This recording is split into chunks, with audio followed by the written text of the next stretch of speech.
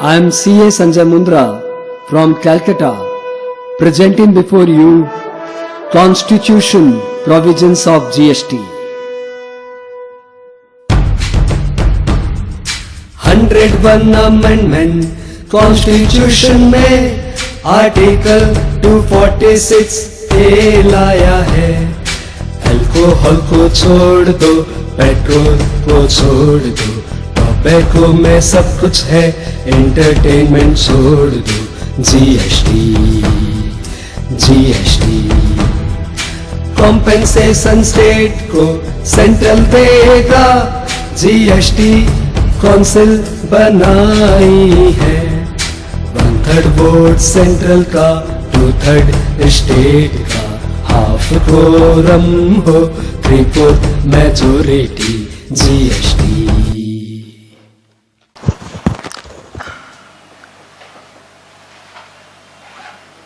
आज हमारा पहला चैप्टर है। वैसे आफ्टर इंट्रोडक्शंस पहला चैप्टर का नाम है असेसमेंट एंड ऑडिट। बहुत ही प्यारा चैप्टर है, एकदम छोटा सा थ्योरी वाला चैप्टर। एग्जाम में कैसे क्वेश्चन आएंगे नेक्स्ट क्लास बात करेंगे। आज अपने इसको सिर्फ एग्जाम ओरिएंटेड नहीं, नॉलेज ओरिएंटेड एक बार पढ़ लेते हैं। फाइन, कैसी रही आप लोग की फेस्टिवल अच्छे से रहा? हुआ बढ़िया से? नहीं? क्यों, कोई है नहीं साथ में? वाणी जी किताब मेरे तो भी दो ना। हाँ नहीं समझ लिया। अब तुम इनडायरेक्टली में तो आंसर दे दिया, मन नहीं करता मतलब समझ लिया। समझदार तो इशारा काफी है, लेकिन तुम इतना समझदारी से आंसर देगा ये हम नहीं सोचा था।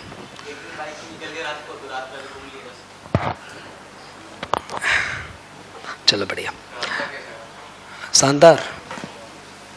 4 आउट ऑफ 5, 4 दिन निकले हम लोग। वो तो होता ही है यार।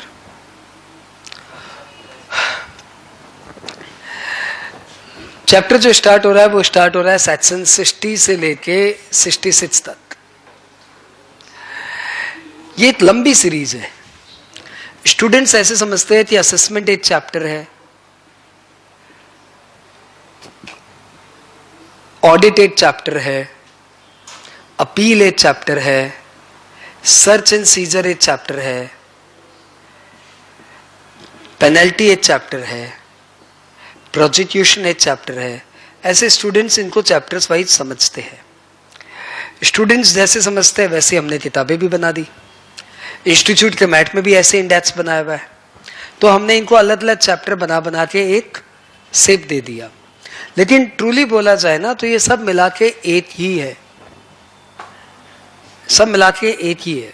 व्हेन वी से असेसमेंट तो ये लंबी सीरीज चलती है। Assessment, audit, appeal, revision, search and seizures, penalty, prosecution, ये सब एक साथ ही है। अब समझो ना होगा क्या। आपने तो रिटर्न भर दिया, आपने तो एनुअल रिटर्न भी भर दिया, आप तो अपने घर में सो रहे हो, नींद में हो।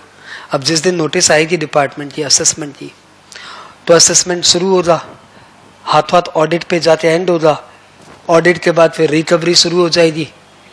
रिकवरी के बाद आप उस एजेंस में अपील करेंगे।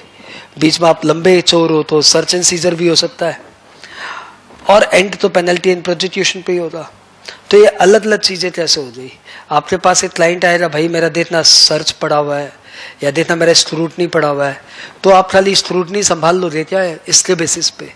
क्योंकि स्क्रूटनी के बाद तो ऑडिट होनी है, बीच में सर्च हो सकता है। ये सब एक साथ मर्ज है, तो हम लोग इन सबको एक चैप्टर में डालते हैं। वैसे ही एक्सपोर्ट, इंपोर्ट, उधर सेज, उधर रिफंड, ये सब मिला के बंच है एक चैप्टर का। वैसे ये पूरा बंच है एक चैप्टर का, ठीक है। तो आज मैं डेफिनेटली 2 चैप्टर फिनिश कर दूंगा आउट ऑफ योर बुक। लेकिन वास्तव में जो हम लोग करने जा रहे हैं वो एक चैप्टर है जो 6-7 क्लास ले दिया, उसके बाद फिनिश होगी, ठीक है। जब 6-7 क्लास के बाद मैं बोलूंगा यस ये चैप्टर फिनिश हो गया, नेक्स्ट क्लास हमारा एक्सपोर्ट शुरू होगा, तो 7वीं क्लास या 6ठी क्लास जब पे भी अपने एंड कर पाएंगे उस समय मैं सबका एक साथ रिवीजन कराऊंगा। और मैं आपको ये एनकरेज करूंगा कि आप वो 7 दिन के कंटेंट यानी ये सारे चैप्टर एक साथ फिंगर टिप्स पे रखो, धाए धाए धाए धाए धाए धाए बोलो। That will be our target. आज जो पढ़ाऊंगा 6 सेक्शंस वो तो डेफिनेटली फिंगर टिप्स पे आई जाएंगे, उसमें क्या कौन सी बड़ी बात है। वो तो आप अपने आप पढ़ोगे, तब भी थोड़ी मेहनत करोगे आ जाएगा। लेकिन इतना बड़ा सीरीज ऑफ चैप्टर्स एक साथ 1 घंटे में धड़ धड़ स्टूडेंट्स बोल दे, दैट इज आवर टारगेट। और वो एकदम रेयर है। पूरे आपके स्टूडेंट्स कम्युनिटी में कोई 2-3 बोल दे तो बहुत बड़ी बात है। And we will do that only. ठीक है, चलो स्टार्ट करते हैं। सिंपल सा चैप्टर है और जो की फैक्टर्स है वो ध्यान रखना है। जब भी ये सब चैप्टर शुरू होते हैं स्टूडेंट्स बोलते हो थ्योरी है, बहुत थ्योरी है, परंतु रियलिटी में सिर्फ यही प्रैक्टिकल है। और दूसरी बात, अभी जो जीएसटी का माहौल है वो जीएसटी का इसी चैप्टर्स का माहौल है आने वाले साल 1.5 साल तक। अब डिपार्टमेंट इन सब के पीछे पड़ेगा, सर्च, सीजर, असेसमेंट, ऑडिट, इन सब के पीछे पड़ेंगे। जहां एनुअल रिटर्न का काम फिनिश हुआ, एनुअल रिटर्न के बाद होना ही क्या है, वे आर जस्ट वेटिंग। मार्केट में इन सब का अभी तक काम शुरू नहीं हुआ है। मार्केट में सर्च सीजर होना शुरू हो गया है, लेकिन मार्केट में असेसमेंट ऑडिट अभी नहीं हो रही है, वो होगी। बस ये एनुअल रिटर्न लोगों ने भरना शुरू कर दिया, एनुअल रिटर्न के बाद उसी का नंबर है, राइट। तो एकदम परफेक्ट टाइम में आप लोग चीजें सीख रहे हो। चैप्टर का नाम है असेसमेंट। सेक्शन कर रहे हैं 60। ओके, सेक्शन 60 है प्रोविजनल असेसमेंट। 3 लेयर में पढ़ेंगे अपने, 3 लेयर में अपने पढ़ेंगे। पहले लेयर में अपने एक बार सुनेंगे समरी में क्या बोलना चाह रहे हैं, दूसरे लेयर में अपने मैथ से पलटेंगे, और फिर तीसरी लेयर में अपने आप बोलने की कोशिश करेंगे। ठीक है, लिखेंगे क्या? नहीं लिखेंगे नहीं, बस इसी में रहेगा। जब ये 8 चैप्टर हो जाएंगे मेरे, 8-7 जितने भी है, तब मैं आप लोग से इतना बड़ा एक चार्ट बनवाऊंगा और उसमें हम लोग लाइन से लिखते जाएंगे। वही हमारा रिवीजन हो जाएगा, वही हमारी नोटिस हो जाएगी, वही हमारा एग्जाम प्रिपरेशन हो जाएगा, सब कुछ हो जाएगा। शुरू करते हैं। What is section 60? सेक्शन 60 बोल रहा है कि आपने जीएसटी का रिटर्न भरना है। रिटर्न भरना है मतलब आपको टैक्स बताना है कितना टैक्स मेरा बनता है और कितना मेरा आईटीसी होती है। तो आईटीसी कितनी बनती है वो तो आप अपने आप जानते हो, आप समझ लो। टैक्स देने के नाम पे हम लोग कई बार ऐसे बोलते हैं कैसे टैक्स दे, कंफ्यूज है, 18 होगा कि 12 होगा, कंफ्यूजन है। मैं तो मेरा प्रोडक्ट समझ में नहीं आ रहा है। Where it shall be classified, whether in 18% और 12% और 28%, आई हैव कंफ्यूजन। दूसरी बात वो बोलेगा I am confuse with the valuation, whether my value will be 90,000 or 98,000, whether this shall be included in the value or not, I have a lot of doubt. अब बंदा यदि ये बोल रहा है कि मैं रिटर्न कैसे भरूं, मुझे समझ में नहीं आ रहा है, I have a confusion with valuation, I have a confusion with rate of tax, तो डिपार्टमेंट क्या बोलेगा? जो सो भर दो, जो सो भर दो, ऐसा तो नहीं बोलेगा। तो डिपार्टमेंट ने एक अथॉरिटी बना रखी है, advance ruling authority. I hope इस तक बारे में आपने सुना होगा।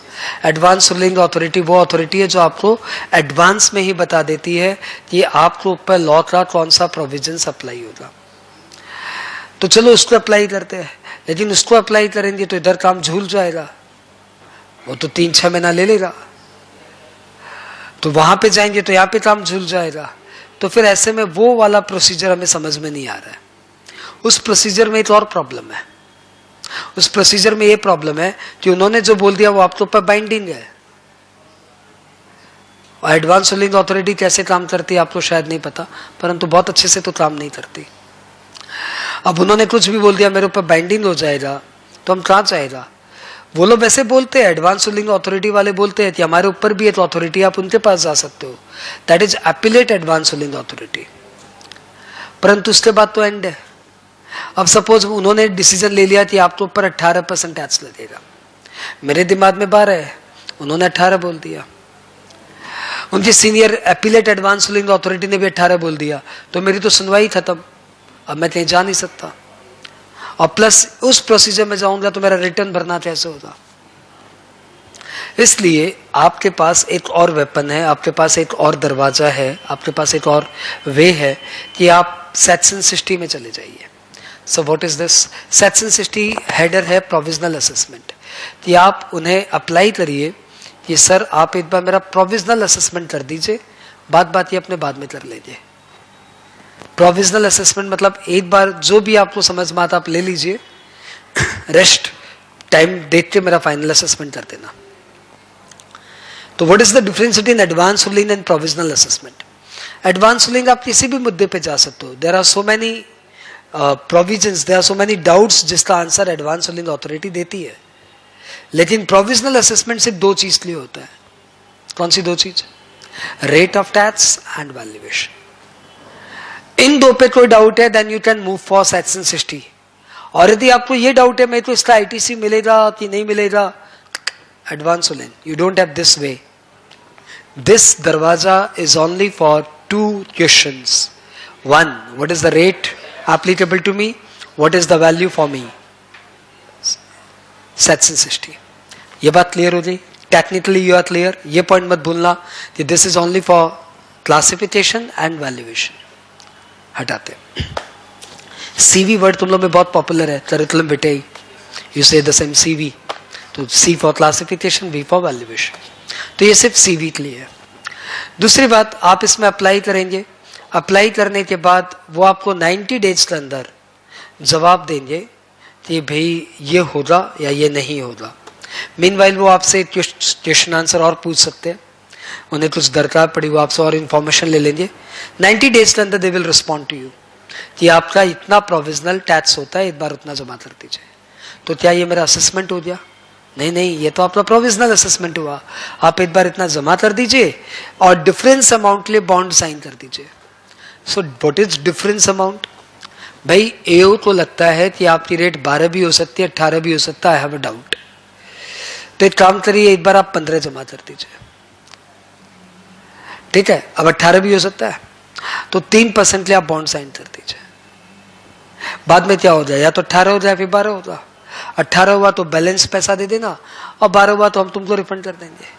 तुम्हारी वैल्यूएशन में डाउट है कि ये आएगा कि ये आएगा कि ये आएगा, तो वो बोल रहे एक काम करो, ये दो तो ऐड कर लो, इसके बाद छोड़ो, इतना वैल्यूएशन बता दिया। उसको डाउट है कि ये भी ऐड हो सकता है, यानी मैंने एक बार वैल्यूएशन आपकी 40 लाख कर दी, बट मैं as a proper officer I have a doubt कि वैल्यूएशन शायद 45 लाख भी हो सकता है। तो मैंने बोला एक काम करो, 40 लाख पे एक बार टैक्स दे दो, और 5 लाख के ऊपर जितना टैक्स होता है उसके लिए बॉन्ड साइन कर दो विद सिक्योरिटी श्योरिटी। यानी वो आपको एक एडहॉक अमाउंट बताएगा, वो खुद कौन? Proper officer. उतना टैक्स तो आप जमा कर दो, और वो डिफरेंशियल अमाउंट भी वो खुद ही बताएगा कि मेरे दिमाग में डिफरेंस और है जिसका इतना टैक्स और हो सकता है, उतने के लिए आप बॉन्ड साइन कर दो। ये सब कितने दिन के अंदर जवाब आ जाएंगे? 90 दिन के अंदर आपका काम फिनिश। अब आप आराम से बैठ जाइए। अब जो करना उनको करना है, क्योंकि आपने तो अपना क्वेश्चन रेज कर ही दिया है। अब वो लेटर अपना टाइम लेके अपना फाइनल असेसमेंट करेंगे। तो पहला क्वेश्चन आता है, फाइनल असेसमेंट कब तक हो जाएगा? 6 महीने के अंदर। 6 महीने कहाँ से? ऑब्वियसली पीए के बाद, प्रोविजनल असेसमेंट के बाद 6 महीने के अंदर they will do your final assessment. Final assessment में या तो टैक्स बढ़ेगा या फिर घटेगा। बढ़ गया तो आपको 18% इंटरेस्ट के साथ देना है, ऑब्वियसली। हाँ बोलो। जीएसटी में यूनानिमस 18% इंटरेस्ट है, न कम न बेसी। तो 18% इंटरेस्ट के साथ आपको टैक्स देना है। आपका क्वेश्चन, 18% कब से देना है? कब से देना है? नहीं, रॉन्ग हो गया। जरूर से आपने अटेम्प्ट किया, बहुत अच्छा लगा मुझे। मैं भी हर क्वेश्चन को ऐसे अटेम्प्ट करता हूँ और उसके बाद किताब खोल के पढ़ता हूँ, तब मैं चेक करता हूँ कि मेरी मेंटेलिटी और लॉ की मेंटेलिटी कैसे मैच हो जाए। तो आपने बोला पीए के बाद से पीए के बाद से इंटरेस्ट लेगा। नो, जो जिस महीने की आपका टैक्स सही है, सपोज जुलाई महीने की सप्लाई है ये, तो जुलाई महीने का टैक्स आपको कब तक देना था? 20 तारीख को, 20 अगस्त। 20 अगस्त से इंटरेस्ट लगना शुरू हो जाएगा। पीए से कोई मतलब नहीं है। अरे जुलाई महीने का सप्लाई है तो जुलाई महीने का पीए आपका बाद में हुआ होगा, कोई बात नहीं। जुलाई महीने का जब भी हम आपसे टैक्स लेंगे तो 18% इंटरेस्ट के साथ ही लेंगे। So interest 18% will be counted from the date of due date of payment for the particular supply. Clear? और यदि आपने ज्यादा दे दिया, आपका रिफंड बनता है तो जरूर मिल जाएगा। आप अप्लाई कर दो, आपको रिफंड मिल जाएगा। खत्म। इंटरेस्ट के साथ नहीं, इस बात का इंटरेस्ट, कोई इंटरेस्ट के साथ नहीं। जब आप किताब पढ़ेंगे तो उसमें लिखा रहेगा रिफंड विथ इंटरेस्ट, तो आप बोलेंगे सर ने तो ये पढ़ाया, इसमें तो बोला रिफंड विथ इंटरेस्ट, सर बोले थे विदाउट इंटरेस्ट। तो answer is it is without interest. जो ये लोग इंटरेस्ट की बात कर रहे हैं वो लोग ये बोल रहे हैं कि आपने रिफंड के लिए अप्लाई किया, रिफंड के अप्लाई करने के बाद 60 दिन के अंदर भी यदि 60 डेज यदि आपको रिफंड का पैसा ना मिले तो उसके बाद we will pay you interest. तो वो जो मेरे पर इतना पैसा इतना दिन होल्ड करके रखा उसका तो इंटरेस्ट मिला ही नहीं। हम रिफंड आपको 60 दिन के अंदर ना दे पाए, then you will be given interest at the rate 6%। खत्म। फाइनल असेसमेंट में इन्होंने अपने ऊपर टाइम रखी 6 महीने के अंदर हम आपका फाइनल असेसमेंट कर देंगे, लेकिन अंदर ही अंदर मोदी सरकार को पता है कि हमें कौन सा आता है। यदि इसको क्लासिफिकेशन में डाउट है, ये सीए है या ये कंपनी है, तो अपने सीए से पूछ पाछ के फाइनली मेरे पास आई है, तो हमारे इन जॉइंट कमिश्नर और एडिशनल कमिश्नर को कौन सी इतनी जीएसटी आती है, तो ये सब तो कंफ्यूज रहेंगे। तो 6 महीने में अपने कहां से कर देंगे फाइनल असेसमेंट, है ना। तो फिर इन्होंने क्लॉज डाला, इज्जत के लिए बोल दिया हम 6 महीने में फाइनल असेसमेंट कर देंगे, इज्जत के लिए बोल दिया। लेकिन अंदर की बात यह है the time limit can be extended by additional commissioner और joint commissioner for further 6 month. दरकार पड़ी तो 6 महीने और बढ़ा देंगे। फिर मोदी सरकार को लगा अपने को 1 साल में कौन सा जीएसटी आ जाएगा, ट्रू है, किसी को नहीं आता। तो 1 साल के अंदर हमें कौन सा जीएसटी आ जाएगा। अरे सर सुनो ना सर, वो डाउट उठेगा ना जो सीए जवाब नहीं दे पाया है, जो इसका प्रोफेशनल जवाब नहीं दे पाया है कि ये क्लासिफिकेशन में जाएगा कि इसमें जाएगा। ये यदि सीए आंसर नहीं दे पाया ना, जो जीएसटी की प्रैक्टिस कर रहा है, तो डिपार्टमेंट का बंदा आंसर दे देगा, ये तो भूल जाओ, आप दे ही नहीं सकते, उनको अकल ही नहीं इतनी। उनको जीएसटी हम लोगों ने जा के सिखाया वहां पे सेमिनार कर करके, उनको कितना आता हमें अच्छे से पता है। तो इन्हें अपने अंदर तो पता ही है कि साल भर में कौन सा हो जाएगा हमसे, तो फिर इज्जत रखते हुए बोलते देखो 6 महीने में फाइनल असेसमेंट कर देंगे, दरकार पड़ी तो 6 महीने का एक्सटेंशन। वो एडिशनल कमिश्नर जॉइंट कमिश्नर चाहे तो 6 महीने का एक्सटेंशन दे सकता है, लेकिन यदि और दरकार पड़ी तो कमिश्नर इसको 4 साल के लिए एक्सटेंशन कर सकता है। आ गया ना, मान लेना कि अपनी सरकार तो 5 साल है भैया, अपने तो निकल जाएंगे, उसके बाद नई सरकार सोचेगी क्या करना है इसका। तो इन्होंने अपने आप को एकदम सेफ गार्ड रखते हुए, इन्हें अच्छे से पता है, मैं इसलिए इस बात को जोर दे रहा हूं कि अच्छे से इन्हें पता है कि हमें क्लियर नहीं है, क्योंकि आज तक पुराने किसी भी लॉ में, एक्साइज लॉ में, सर्विस टैक्स लॉ में, कस्टम लॉ में पीए के बाद एफए होने में 5 साल का टाइम किसी ने नहीं मांगा। सिर्फ यही है जीएसटी वाले जो पीए के बाद एफए होने में 5 साल की टाइम मांग रहे हैं। तो रीजन ऑब्वियस है, आप पीए के बाद एफए में 5 साल की इस बात का लेंगे। क्वेश्चन सामने पड़ा है, लॉ मेकर्स आप हो तो आप बता दो 6 महीने के अंदर। ज्यादा इंक्वायरी करनी है 6 महीना और ले लो, जैसे पुराने लॉ ने लिया था साल भर, मैक्सिमम साल भर है हर लॉ में, आपको 5 साल चाहिए। Good level of confidence, whatever. आपको लॉ याद हो गया? अब आप सेक्शन 60 पढ़ लो, यही है, कुछ नहीं है। और से पहले एक बार साथ साथ पढ़ते हैं, फिर एक बार साथ साथ बोलेंगे। सेक्शन 60 सिर्फ आपका कॉन्फिडेंस और आपका वे ऑफ थॉट आपको थ्योरी याद कराता है। यदि आप थ्योरी को थ्योरी करेंगे तो ये बहुत चार्ट है, बहुत चार्ट है। जैसे आप इसे प्रैक्टिकली पढ़ना शुरू करेंगे, ये वास्तव में सबसे बड़ा प्रैक्टिकल है। We as a practitioners in chapters का सबसे बेसी यूज करते हैं। वी एज ए प्रैक्टिशनर्स, हमें कोई रिटर्न भरना नहीं रहता, हम लोग कभी जीएसटीआर 1 नहीं भरते। हमें कई हमारे क्लाइंट बोलते हैं भाई जीएसटीआर 1 में ये क्वेरी है, मैं उनको नंबर दे देता हूँ, आप प्लीज उनसे पूछ लो। पोर्टल में मैं अंगली नहीं चलाता, पोर्टल में मैं अंगली चलाना इतना नहीं जानता, आई एम नॉट एक्वेंटेड, आप मेरे असिस्टेंट से पूछ लो। तो हम लोग हमेशा उसको यही बोलते हैं, क्योंकि we are meant for this. अब आपके पोर्टल में अपलोड नहीं हो रहा है, I am not for this. तो वी एज ए प्रैक्टिशनर्स हमें इसको ज्यादा यूज करते हैं। एग्जाम में भी ये जो बंच है ना, ये एक लार्ज नंबर कवर करेगा, 10 से 15 मार्क्स, ठीक है, 10 से 15 मार्क्स श्योर कवर करेगा। चलो, where the taxable person is unable to determine value of the goods or service or both, or determine the rate of tax applicable thereto, he may request the PO in writing, देखो हमारे income tax में assessing officer बोलते हैं और GST and custom law में PO बोलते हैं, proper officer. He may request the PO in writing given reasons for payment of tax on a provisional basis and the PO shall pass an order. हमने stress देके लिख दिया कि सिर्फ इन दो पे ही पीए होता है, जिसमें वैल्यूएशन एंड क्लासिफिकेशन, और किसी में पीए होता नहीं आपका. Clear? Time limit for provisional assessment, header के बाजू में मैंने 90 डेज लिखा, भद्दा लगता है देखने में, लेकिन रिवीजन करते समय टाइम बहुत मजा आ जाता है ना. देखने में भद्दा लगता है, तो भी ऑथर पढ़ेगा क्या 90 दिन है, कैसा ऑथर है यार. उन्हें नहीं पता ये ऑथर कम है, टीचर ज्यादा है, उसे पता अपने स्टूडेंट का दुख. क्यों लास्ट में पढ़ूंगा मैं 90 दिन अंडरलाइन किया हुआ, यहीं पे लिख दिया 90 दिन. Within a period not later than 90 days from the date of receipt of such request, allowing payment of tax on provisional basis at such rate or on such value as may be specified by him. सब मिलाते 90 दिन ही काम की बात थी भाई, है ना. एग्जीक्यूशन ऑफ बॉन्ड, आपको समझ में आ जाए इसमें क्या है. The payment of tax on provisional basis में be allowed if the taxable person executes a bond in such form as may be prescribed and with such surety or security as the PO may deem fit, binding the taxable person for payment of the difference between the amount of tax as the case may be finally assessed and the amount of tax provisionally assessed. तो जितना finally assess हो सकता है और जितना provisionally assess हुआ है, उस डिफरेंशियल अमाउंट लिए आपसे बॉन्ड लेगा और सिक्योरिटी सिक्योरिटी मान सकता है. सिक्योरिटी मतलब कोई सिक्योरिटी दीजिए और सिक्योरिटी मतलब कोई गारंटर दीजिए. ठीक है. फाइनल असेसमेंट 6 महीना आपको नजर आ गया. The PO shall within a period not exceeding 6 months from the date of communication of the provisional assessment order pass the final assessment order after taking into account such information as may be required for finalising the assessment. ठीक है, कुछ नया नहीं मिला. Extension of time.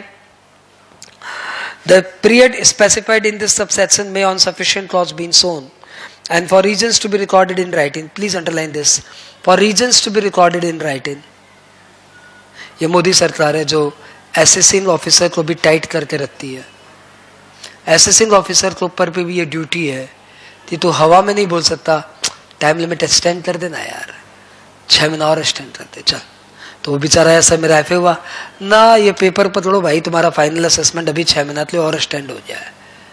तो ऐसे बोलने से नहीं होगा. देख, the PO is also under the obligation कि वो अपना रीजंस रिकॉर्ड करे.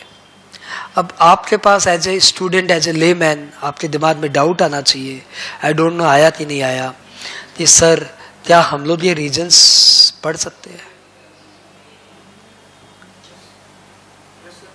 तो आंसर इज आरटीआई में आप क्या नहीं कर सकते, वो तो आपके पास राइट है ही, और हमारा लॉ आपको ये राइट नहीं देता कि रीजंस आप पढ़ सको. आरटीआई अलग लॉ है, वो आप देख लेना, वहां से पढ़ सकते हो. और यदि आपको लगता है कि ये मुझे झुला रहा है, मैं से घूस मांग रहा था, फलाना डिटाना मांग रहा था, फालतू आदमी है, मेरा केस क्रिस्टल क्लियर है, इस केस के ऊपर 2 डिसीजन हाईकोर्ट के आ चुके हैं, फिर भाई साहब क्यों मेरा केस झुला रहा है, करता क्यों नहीं एफए. फालतू एफए जब भी बढ़ा के करेगा मेरे को इंटरेस्ट देना पड़ेगा, वो देना पड़ेगा, या मेरा झंझट क्यों रहूं मैं, एफए करो मेरा. तो आप हाईकोर्ट में रिट पिटीशन फाइल कर दीजिए उनके परफॉर्मेंस के ऊपर. ये फालतू झुला रहा है, फिर हाईकोर्ट बुलाएगा, भाई तेरा रीजंस टू बी रिकॉर्डेड दिखा क्या है, और हाईकोर्ट बुलाएगा तब तो रीजंस दिखाना ही पड़ेगा. वहां पे कोई ढंग का रीजंस नहीं लिखा तो हाईकोर्ट डिपार्टमेंट को बहुत झाड़ता है, बहुत झाड़ता है, अति झाड़ता है. और जब हाईकोर्ट डिपार्टमेंट को झाड़ता है तो सीनियर्स जूनियर को बहुत झाड़ते हैं. तो सब मिला के एक सुनवाई है, आपके सामने उसको झाड़ नहीं पड़ेगी, आपके पीछे उसको बहुत झाड़ पड़ेगी. तो ये जो वर्ड था ना, ये after recording reasons for extension, ये आपने अंडरलाइन कर लिया. मिल गया आपको word. Pass the final assessment order after taking into account such information as में भी, अरे कहां चला, एक्सटेंशन में था, be extended by the joint commissioner or additional commissioner for a further period not exceeding 6 months and by the commissioner for such further period not exceeding 4 years. यानी provisional assessment के बाद फाइनल असेसमेंट होने में 5 साल से ज्यादा तो नहीं लगेगा. 6 महीना प्लस 6 महीना प्लस 4 साल. इंटरेस्ट ऑन फाइनल असेसमेंट आपने पढ़ी लिया क्या था, 18% लगेगा, अंडरलाइन किया हुआ देख लो कहां से. from the first day after the due date of payment of tax in respect of the said supply of goods or services or both till the date of actual payment. मिल गया? पन्ने पलट लो. Interest on refund underline किया हुआ पढ़ लो. Interest at the rate 6% per annum from the date immediately after expiry of 60 days from the date of receipt of application for refund. Application for refund आपको जिस दिन मिला वहां से 60 दिन बीत जाने दो, उसके अगले दिन से आपको इंटरेस्ट मिलना शुरू होगा यदि रिफंड नहीं मिला तो. लो बच्चों, जो जो मैंने बोला वो सब मिल गया आपको. और अच्छी बात है कुछ भी एक्स्ट्रा नहीं मिला. बढ़िया, याद हो गया. अब इसके बाद देखो हमने कुछ और डाला है. Procedure for provisional assessment. ये अभी तक जो हम लोग पढ़ रहे थे वो था सेक्शन 60. आपके एग्जाम में यही पूछने की चांसेस है. ये रूल फुल पूछने की कोई चांसेस नहीं है. फिर भी इसका दिमाग कब समझ जाए, रूल उठाते पूछते. तो रूल्स में दिए हुए भैया क्या करना है, क्या फॉर्म है, ये सब दिया हुआ है. क्योंकि जीएसटी तो सबका सब फॉर्म है ना. आप अप्लाई करेंगे तो पहले कौन सा जमाना था? पहले जमाना था सर्विस टैक्स था, एक्साइज था, वैट था. उसमें बेचारे बिजनेसमैन को एक फॉर्म लिखना है, मतलब प्रोविजनल असेसमेंट के लिए अप्लाई करना है. तो जाता साहेब हमारा एक तो प्रोविजनल असेसमेंट के लिए चिट्ठी लिख दीजिए. सीए बोलता बैठो. समझ लिया? बैठो तो मतलब समझ लिया ना, चाय पिलाओ भाई. तो मतलब वो एक चिट्ठी लिखने था उससे 5,000 रुपया छाड़ देगा. बनता है हमारा. तो जिसका उतनी देर बकवास सुनते हैं हम लोग, उसके बाद एक चिट्ठी बनाते हैं 4 लाइन की, 5,000 रुपया हमारा बनता है. जीएसटी ने ये कल्चर हटा दिया. जीएसटी ने हर चीज का फॉर्म बना दिया. छोटी छोटी बातों का फॉर्म बना दिया. एकदम छोटी छोटी बातों का फॉर्म बना दिया. और आपको कुछ नहीं करना, उसमें अपना नंबर बैठाना है. आपको फॉर्मेट मिल गया, बस 4 लाइनें वो आप अपने लिख लो. वहां पे जगह दी हुई है, वहां पे अपना लिख लो. फॉर्मेट वो लोग बना के आपको देते हैं. तो it's very easy law to operate. तो यहाँ पे वही सारे आपको फॉर्म मिलेंगे. Where the registered person is कहाँ जाए procedure. Every registered person requesting for payment of tax on a provisional basis in accordance with the provisions of section 60 shall furnish an application electronically in form GST ASMT 01. ASMT assessment का short form है 01. आप इस common portal में इसको upload कर देंगे. चलो अच्छी बात. Notice from department. उसके बाद डिपार्टमेंट आपको GST ASMT 02 में आपको चिट्ठी देगा. क्योंकि डिपार्टमेंट के बंदे को कौन सी चिट्ठी लिखनी आती है? उन्हें भी तो चिट्ठी लिखनी नहीं आती. वो जो चिट्ठी लिखते हमें समझ में नहीं आती. भाई साहब इसका मतलब तो बताओ क्या है. फिर हम लोग जाके पूछते इसका मतलब क्या है, तब जाके बातचीत शुरू होती है. तो उसका भी एक फॉर्म बना दिया क्या, GST ASMT 02 to furnish the additional information and the applicant shall file a reply. यदि उसको कोई क्वेश्चन पूछा दिया GST ASMT 02 में, तो GST ASMT 03 में इन सब का रिप्लाई भेजेगा. इन सब का बहुत ही सिंपल फॉर्मेट है. मतलब आप बोलो तो मैं प्रोजेक्टर में भी दिखा दूं. 2 मिनट में गूगल में जाना है, GST ASMT 02 मारना है, फॉर्मेट सामने आ जाएगा. 4 लाइन का फॉर्मेट है. GST ASMT 03 गूगल में मारना है, फॉर्मेट सामने आ जाएगा. आप घर पे जाके भी देख सकते हो. आप नहीं देखो तो मैं दिखा दूंगा, जैसे आप बोलो. ठीक है, इट्स नथिंग. लेकिन एक बार देख लेना चाहिए नॉलेज लिए. एग्जाम में कुछ काम नहीं आएगा. बॉन्ड.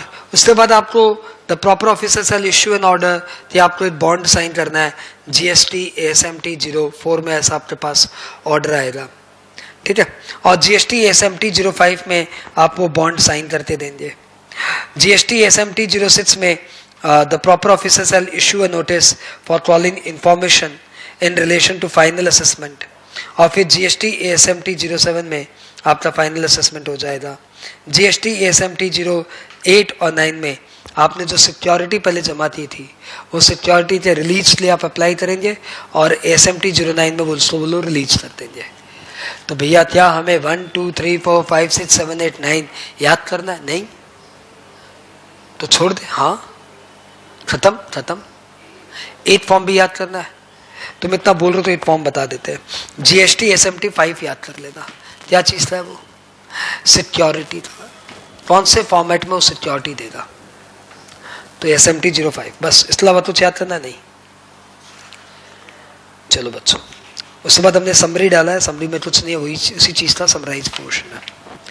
तो आपने एक पेज पढ़ लिया जो एकदम छोटा सा था, आप अपने फ्रेंड को 2 मिनट में सुना देंगे कि दोस्त एक पेज मत पढ़, बात मान, मैं जो बोलता हूँ सुन ले। क्या बोलेंगे आप उसको?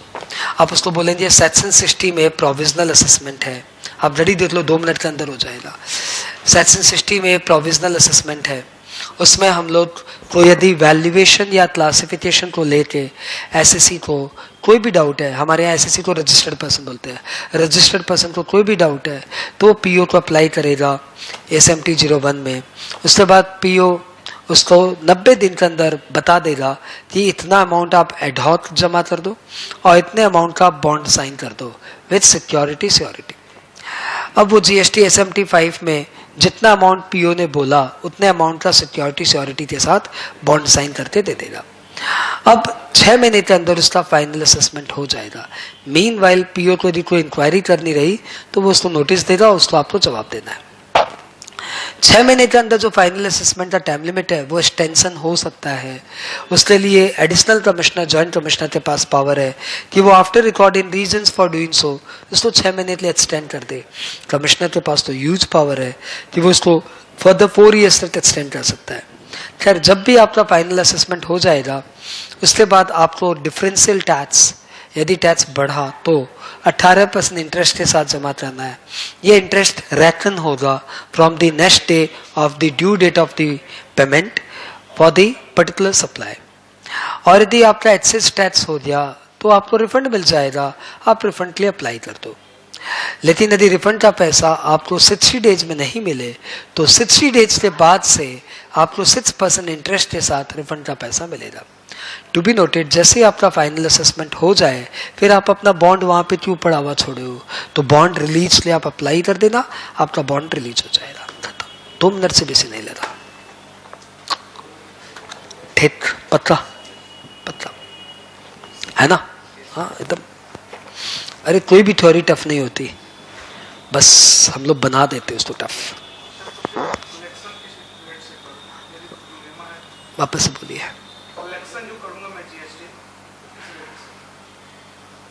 आप अपने कस्टमर से?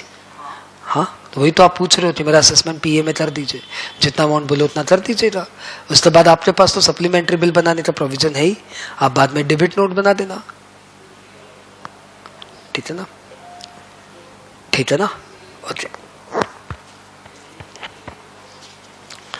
Next, scrutiny of return. अगला सेक्शन आ गया, अगले तरह का असेसमेंट है ये, सेक्शन 61, स्क्रूटनी ऑफ रिटर्न। जैसा इसका नाम बता रहा है, आप रजिस्टर्ड पर्सन हो, आपने रिटर्न भर दिया है। अब आपने रिटर्न जो भरा है उसमें हमें यदि कुछ लगता है कि हमें कुछ इंक्वायरी चाहिए, कुछ और इंफॉर्मेशन चाहिए, तो हम आपको एक चिट्ठी देंगे। हम मतलब पीओ आपको एक नोटिस देगा कि भाई इस मैटर पे आप अपना एक्सप्लेनेशन हमें दीजिए। आप उस मैटर पे अपना एक्सप्लेनेशन हमें देंगे। यदि वो एक्सप्लेनेशन हमें सेटिस्फैक्टरी लगा तो वेल एंड गुड, और यदि हमें सेटिस्फैक्टरी नहीं लगा तो फिर हमें जो करना हम करेंगे। तो सर इसमें था क्या? इसमें कुछ नहीं था। रजिस्टर्ड पर्सन ने अपना रिटर्न भर दिया, पहला स्टेप। उस रिटर्न को हमने वेरीफाई किया। वेरीफाई करने के बाद यदि हमें कोई डिस्क्रिपेंसीज नजर आई तो उसको लेकर हमने आपको नोटिस दे दी। उस नोटिस में हमने आपको टाइम दे दी, 30 दिन मिनिमम टाइम हम आपको देंगे। 30 दिन के अंदर आपको उस नोटिस का जवाब देना है।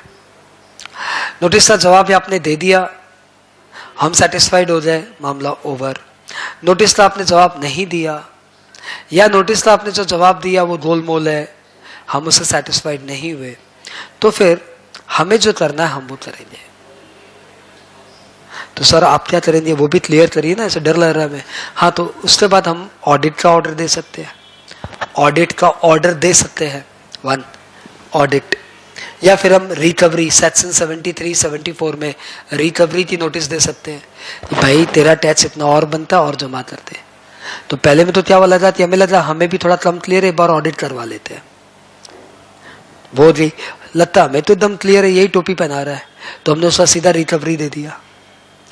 ठीक है, तो या तो हम आपको रिकवरी का नोटिस दे सकते हैं या फिर हम आपको ऑडिट का नोटिस दे सकते हैं। तो इस तरीके से हम आपकी आगे प्रोसीडिंग शुरू कर देंगे। दरकार पड़ी सर्च सीजर भी हमारे पास। ओके, एक बार पढ़ लेते इसमें क्या है। सर इतना सही है? हाँ इतना सही है। The proper officer may scrutinize the return and related particulars furnished by the registered person to verify the correctness of the return and inform him of the discrepancies noticed in Form GST ASMT 10, if any in such manner as may be prescribed, and seek his explanation thereto. In case the explanation that is given by the registered person in Form GST ASMT 11 is found acceptable, the registered person shall be informed accordingly and no further action shall be taken in this regard. However, in case no satisfactory explanation is furnished within a period of 30 days of being informed by the PO, or such further period as may be permitted by him, or where the registered person, after accepting the discrepancies, fails to take the corrective measures in his return for the month in which the discrepancies is accepted, the PO may take recourse to any of the following provisions. वो क्या कर सकता है? वो section 65 की audit कर सकता है, वो सेक्शन 66 की ऑडिट कर सकता है. अभी दो ऑडिट में क्या डिफरेंस है अभी अपने थोड़ी देर बाद पढ़ने वाले हैं. फिर वो सर्च एंड सीजर में जा सकता है, सेक्शन 67 है ये, वो हम लोग शायद अगले क्लास पढ़ेंगे. और फिर वो सेक्शन 73 74 में रिकवरी में जा सकता है, वो शायद हम लोग अगली से अगली क्लास में पढ़ेंगे.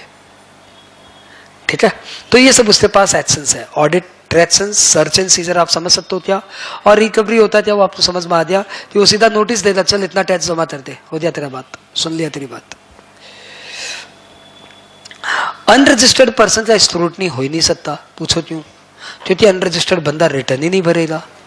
अरे तुम रिटर्न भरेगा तो हम उसकी स्क्रूटनी करेगा ना, तो अनरजिस्टर्ड बंदे की स्क्रूटनी नहीं हो सकती. ओके, बात क्लियर हो गई क्या? एक बार अपने लिए साथ साथ बोल दे क्या नया मिला हमें फाइनली.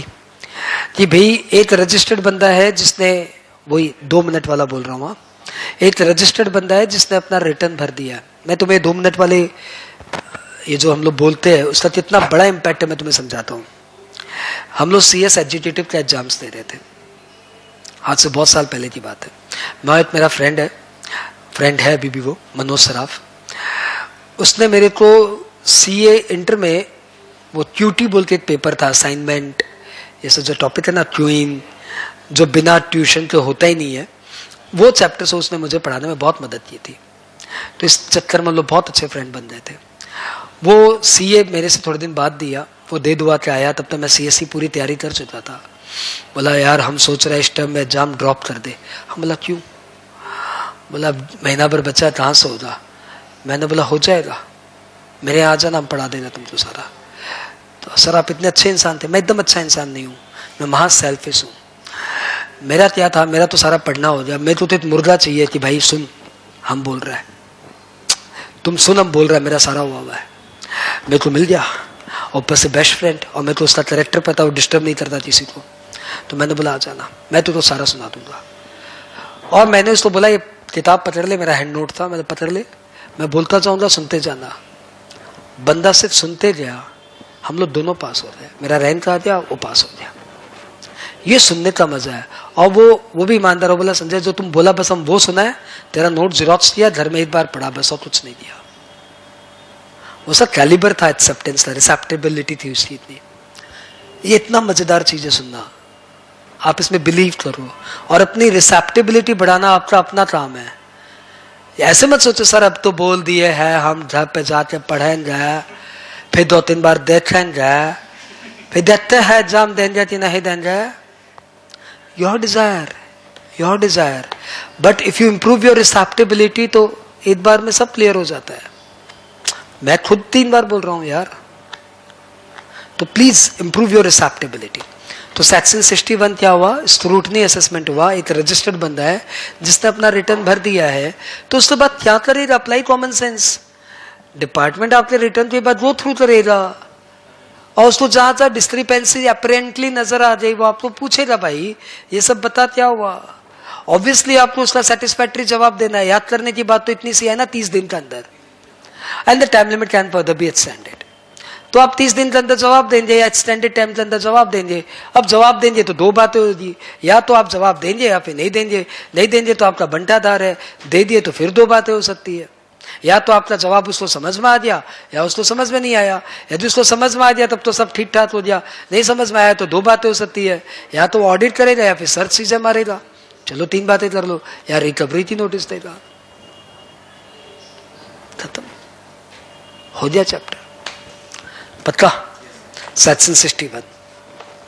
अब हम लोग आगे इसमें यार नीचे फिर वो फॉर्म वॉर्म शुरू हो गया, रहने दे। हाँ नहीं सर हम लोग फॉर्म पढ़ना चाहते हैं सर, ऐसे क्या कर रहे हो? तो चलो एक काम करो, 2-3 पेज आगे बढ़ो।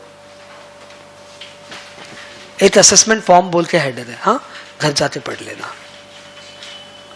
1 में ये, 2 में ये, 3 में ये, 4 में ये, 5 में ये, ऐसे ऐसे हिल के पढ़ना, पता चले ऐसे ऐसे पढ़ा की तरह इसको याद कर लेना। जैसे क्लास 2 में थी ना 7 का टेबल, 9 का टेबल, 18 to 36, वैसे इसको याद कर लेना। ओवर। हाँ तो हमने रूल अभी नहीं पढ़ा, रूल में कुछ कंटेंटफुल नहीं है, सिर्फ फॉर्म्स है। हम लोग आ जाए सेक्शन 62 में, नाम है BJA, बेस्ट जजमेंट असेसमेंट।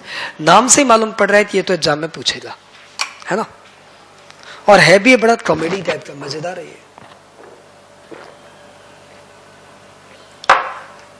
बड़ा ही मजेदार है यार। बेस्ट जजमेंट असेसमेंट ये हुआ कि आप रजिस्टर्ड बंदे हो, आप रजिस्टर्ड बंदे हो, प्लीज नोट इट डाउन। हाँ आप रजिस्टर्ड बंदे हो, आपने रिटर्न भरा, आपने हमारी कुछ नोटिस के जवाब नहीं दिए, या हो सकता है आप रजिस्टर्ड बंदे हो रिटर्न ही नहीं भरा, ये भी हो सकता है ना। रजिस्टर्ड होने से क्या हुआ, रिटर्न नहीं भरा, या फिर आपने क्या रिटर्न भरा लेकिन हमारी नोटिस के जवाब नहीं दिए। मतलब सिंपल सी बात, नोटिस से जवाब नहीं देना मतलब क्या हो रहा है, बंदा कोऑपरेट नहीं कर रहा है। यदि बंदा कोऑपरेट नहीं कर रहा है तो डिपार्टमेंट क्या कर सकता है बताओ ना।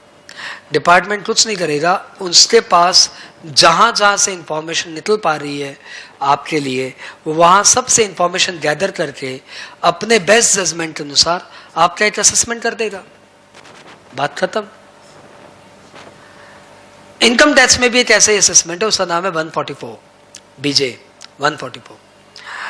उसमें क्या होता है कि BJ करने के पहले आपको एक शो कॉज नोटिस देता है कि हम आपका BJ क्यों ना करें। I am linking because ultimately तो आप इनकम टैक्स और GST दोनों पढ़ के एग्जाम में बैठ रहे हो और लास्ट में मर्ज होना है, तो जब लास्ट में मर्ज होना है तो अभी से मर्ज करे, है ना।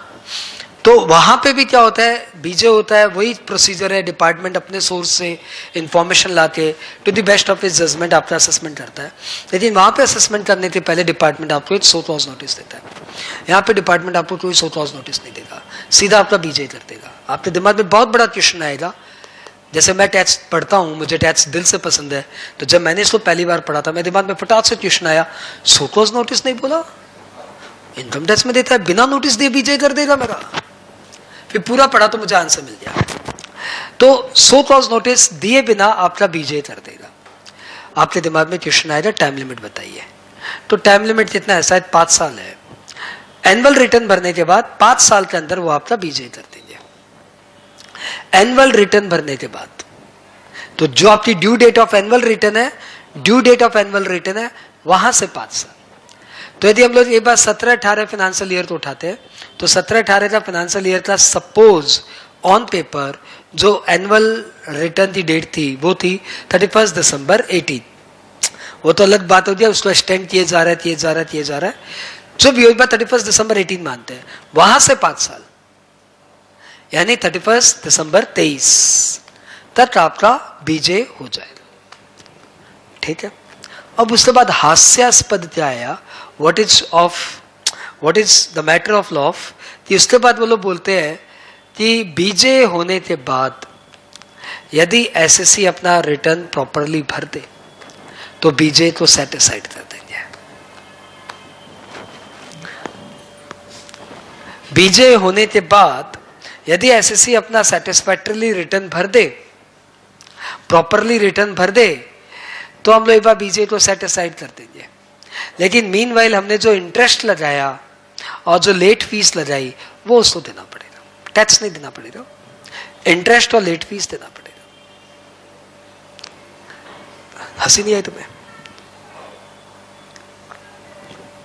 आपने 5 साल का पूरा बेस्ट जजमेंट सोच के असेसमेंट किया, तो टिके रहिए ना साहब उस पे। हट क्यों रहे हो? तो बोलता नहीं नहीं, एसएससी नोटिस दे दिया, एसएससी अपना रिटर्न भर दिया, तो हम लोग अपना बीजे सेट असाइड कर देंगे। तो इसीलिए वो लोग वापस शो कॉज नोटिस नहीं दिए। तो जिनको पता है उनके बीजे की कोई वैल्यू नहीं है, वो बीजे करेंगे। ऑब्वियसली एसएससी 30 दिन के अंदर रिटर्न भर ही देगा, या तो उससे सेटिस्फैक्शन पे आएगा या फिर उससे सेटिस्फैक्शन पे नहीं आएगा। सेटिस्फैक्शन पे नहीं आया तो 30 दिन के अंदर वो अपना रिटर्न भर देगा। रिटर्न भरते बीजे सेट असाइड, खत्म कहानी, फिर से नॉर्मल स्क्रूटनी शुरू हो जाएगी।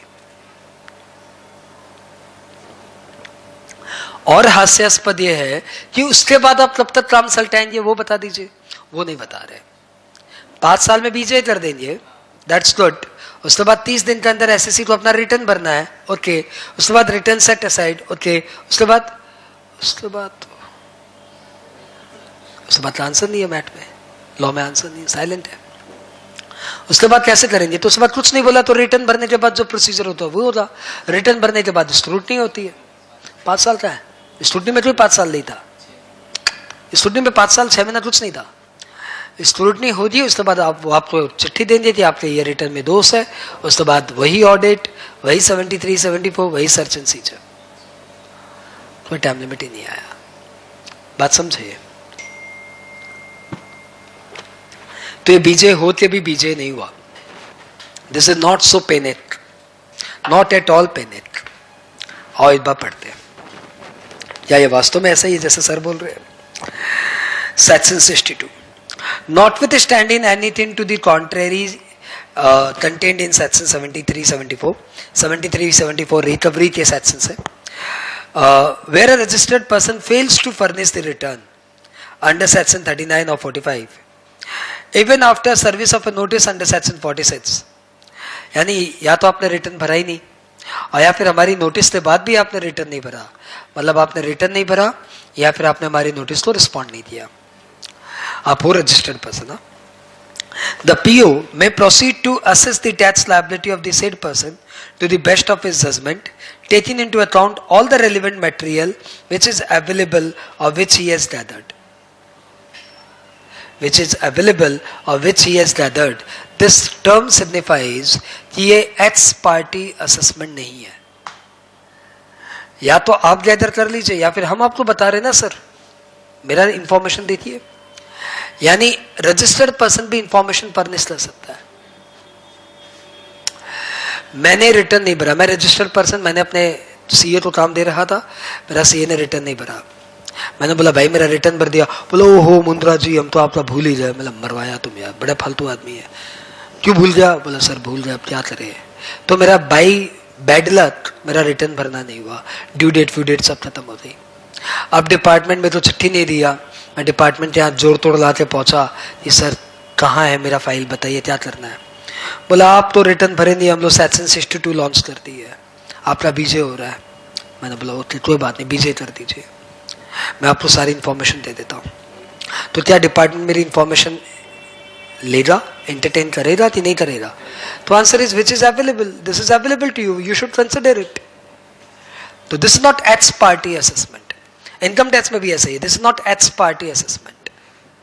Department will consider information furnished by the registered person.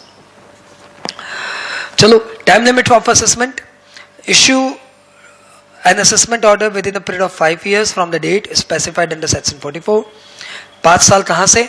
5 साल from the date of annual return for financial year to which the tax period relates. हो गया। एग्जाम्पल में वही चीज बताया हुआ है, 17-18 का एंड करो 31 दिसंबर 18, वहां से 5 साल यानी 31 दिसंबर 23 तक। Valid return furnished within 30 days, where the registered person furnishes a valid return within 30 days of the service of the assessment order, the said assessment order shall deem to have been withdrawn, but the liability for the payment of interest or for the payment of late fees shall continue. खत्म, कुछ भी नया नहीं मिला। मिला क्या? एकदम वही का वही चीज मिल रहा है सर।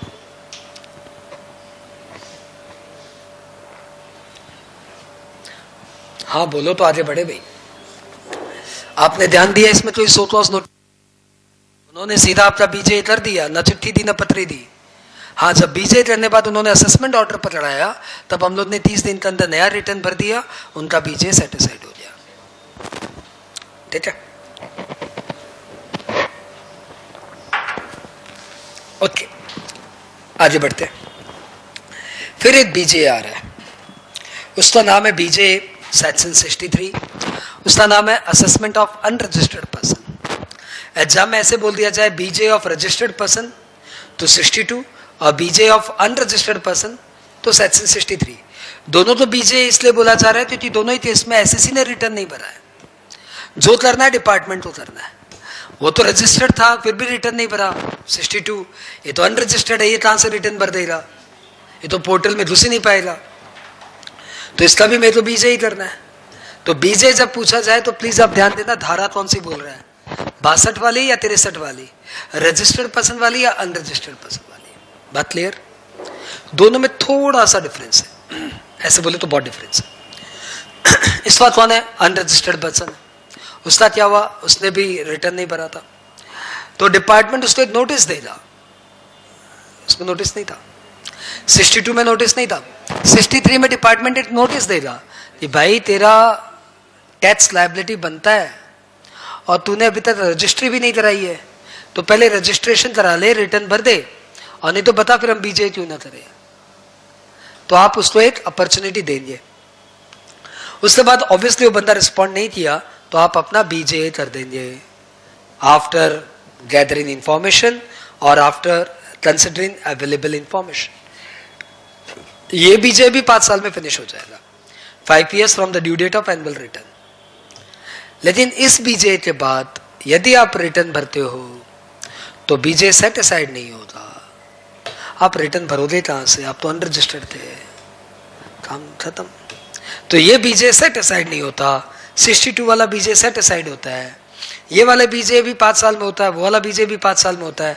इसमें बीजे के पहले नोटिस दी जाती है, 62 में बीजे के पहले नोटिस नहीं दी जाती, और ये अनरजिस्टर्ड बन देता है, वो रजिस्टर्ड बन देता है, फिनिश, खत्म। अरे हाँ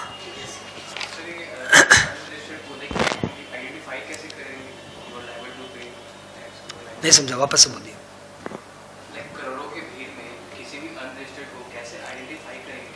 कर लेंगे सर, उसकी आप चिंता मत करो। There are so many ways they have कि वो आपको ट्रेस कर लेंगे, भीड़ में से आपको निकाल लेंगे। हम लोग को भीड़ बड़े बैचेस में हम लोग ऐसे निकाल देते हैं, बच्चा होमवर्क नहीं करके आया है, ये तो नजर ऐसी हो जाती है, हम लोग एक्सपीरियंस ऐसे हो जाते हैं। और अदरवाइज मैं आपको बहुत सिंपल एग्जांपल दे रहा हूँ क्योंकि मुझे मैटर एग्जिगरेट ही नहीं करना। आपके फैक्ट्री का इलेक्ट्रिसिटी बिल आ गया है इस बार 70 लाख रुपए, डिपार्टमेंट के पास इंफॉर्मेशन है क्योंकि electricity department is also suppose to submit annual return to the department की कौन कौन से इलेक्ट्रिसिटी यूजेस था, कितना कितना इलेक्ट्रिसिटी कंज्यूम हो रहा है। तो वहां से उन्होंने फिल्टर मारा कि एक बार 50 लाख से ऊपर वाली इलेक्ट्रिसिटी का दे तो आपका नाम आया, चल इसको अपने डेटा में डाल के दे तो इसका जीएसटीआईएन क्या है, अब इसका तो जीएसटीआईएन ही नहीं है, साला 50 लाख की इलेक्ट्रिसिटी कंज्यूम कर रहा है, अभी तक जीएसटीआईएन नहीं लिया, देख तो कौन है भाई, आप आ जाए लाइमलाइट में। अब बोल रहे आप इलेक्ट्रिसिटी यूज नहीं करेंगे, वो तो आप करेंगे, बहुत simple, there are so many ways they are having, this is one of the example. आपके डीमैट अकाउंट, आपके एफडीज अकाउंट, आपके सेबी अकाउंट, आपने जो आपने जहां जहां पैसे लगाए ना, वो सब हमारे जीएसटी डिपार्टमेंट को आपके नाम का एनुअल रिटर्न भेज रहे हैं, पेन आपका नंबर रेफर करके, और पेन इंडिया बेस है। अब आपकी कोई भी इंफॉर्मेशन हमें मालूम पड़ गई, आपकी एफडी बन चुकी है 1 करोड़ के ऊपर की, अभी तक आपने जीएसटी में रजिस्ट्रेशन नहीं लिया है, तो डिपार्टमेंट ध्यान तो दे सकता है ना आपके ऊपर, दे सकता है। तो there are so many ways. हटे बात है, ढूंढ लिया तो सेक्शन 63 आएगा, नहीं ढूंढा तो अच्छी बात है। अब उससे बचा कैसे जाए, यदि वो भी सीखना है तो प्लीज कभी आना, चैम्बर में आना।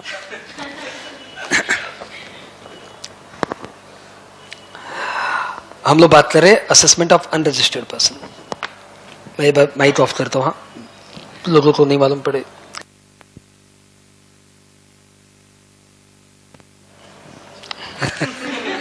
We are having so many ways. नहीं ठीक है सर, तो there are so many ways we handle everything very, इसलिए आपके साथ एक अच्छा चार्टर्ड, एक अच्छा लॉयर हमेशा आपका दोस्त होना चाहिए, ठीक है। तो हम लोग बात कर रहे हैं सेक्शन 63 3 पढ़नी थी, right? Notwithstanding anything to the contrary contained in section 73 or 74, where a taxable person fails to obtain registration, even though liable to do so, or where registration has been cancelled under section 29(2) for any of the following reasons, register, अब ये बोल रहा है या तो आपने registration कराया ही नहीं था, या फिर पहले आपका रजिस्ट्रेशन हुआ था, बाद में डिपार्टमेंट ने आपको पकड़ के आपका रजिस्ट्रेशन कैंसिल कर दिया।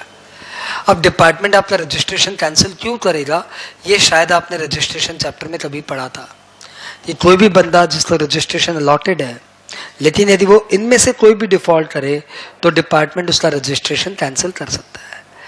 6 महीने हो गए उसने बिजनेस स्टार्ट नहीं किया, 6 महीने हो गए उसने रिटर्न नहीं भरा, 2 कंसेक्यूटिव टैक्स पीरियड से वो कंपोजिट स्कीम वाले डीलर ने रिटर्न नहीं भरा, उसने फ्रॉडुलेंटली रजिस्ट्रेशन ले लिया था, उसने टैक्स से कुछ स्पेसिफाइड वायलेशंस किए हैं, तो इन सब केसेस में डिपार्टमेंट आपका पकड़ के रजिस्ट्रेशन कैंसिल कर देता है। तो अब तो आप अनरजिस्टर्ड हो, अब आप अनरजिस्टर्ड हो तो आप रिटर्न ही नहीं भर पा रहे हो, आपको पता आप टैक्सेबल हो, हमें पता आप टैक्सेबल हो, लेकिन आपका रजिस्ट्रेशन कैंसिल कर दिया गया है, तब आप तो रिटर्न भर ही नहीं सकते ना।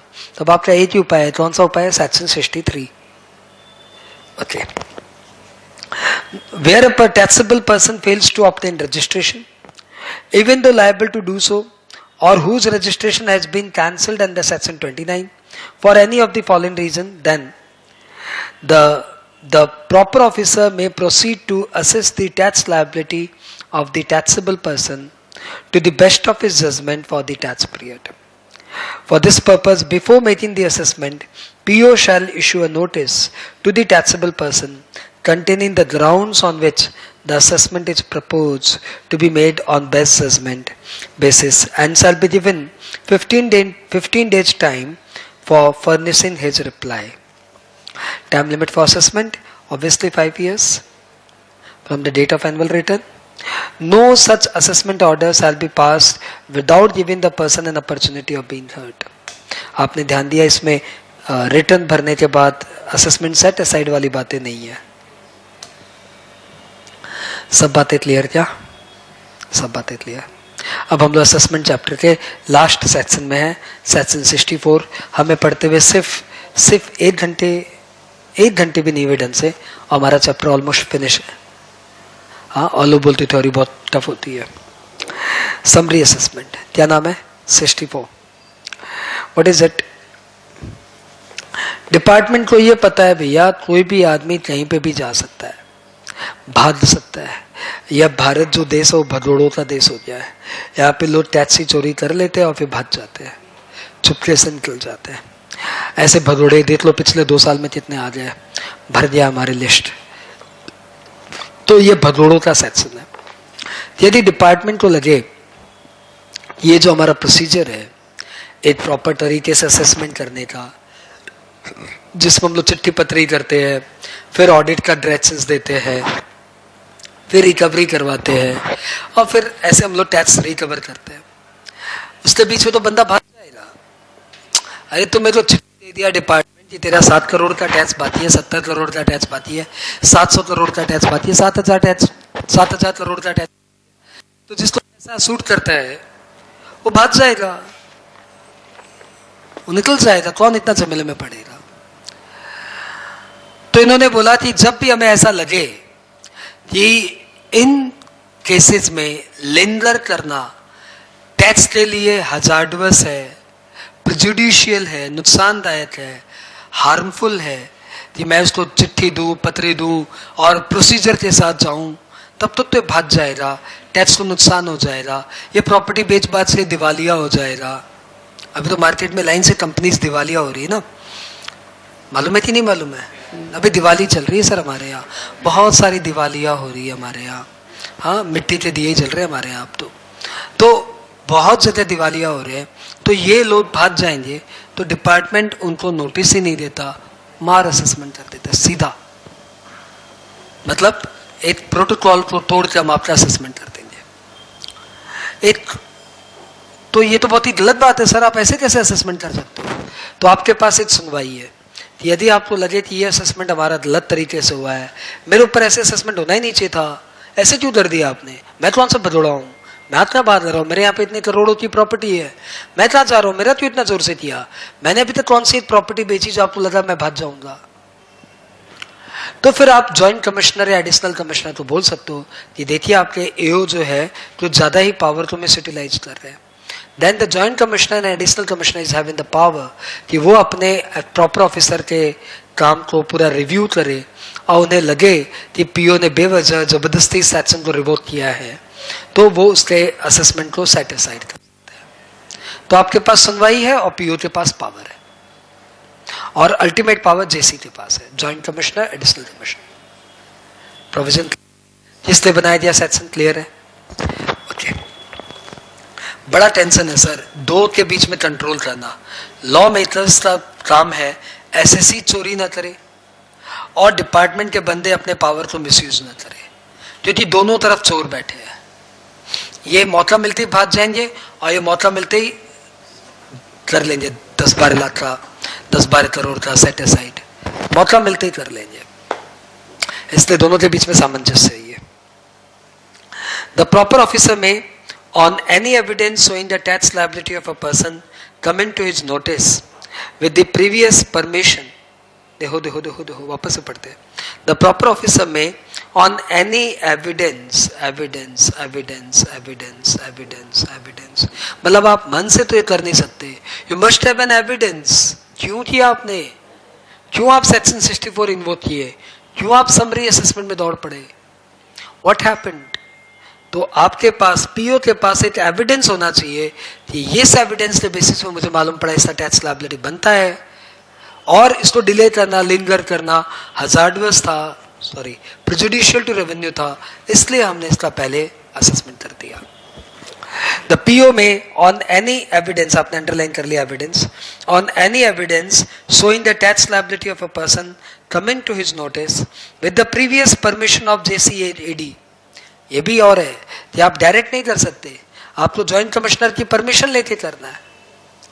Proceed to assess the tax liability of such person to protect the interest of the revenue, issue an assessment order if he has sufficient ground to believe that any delay in doing so may adversely affect interest of the revenue where the taxable person to whom the liability pertains is not ascertainable।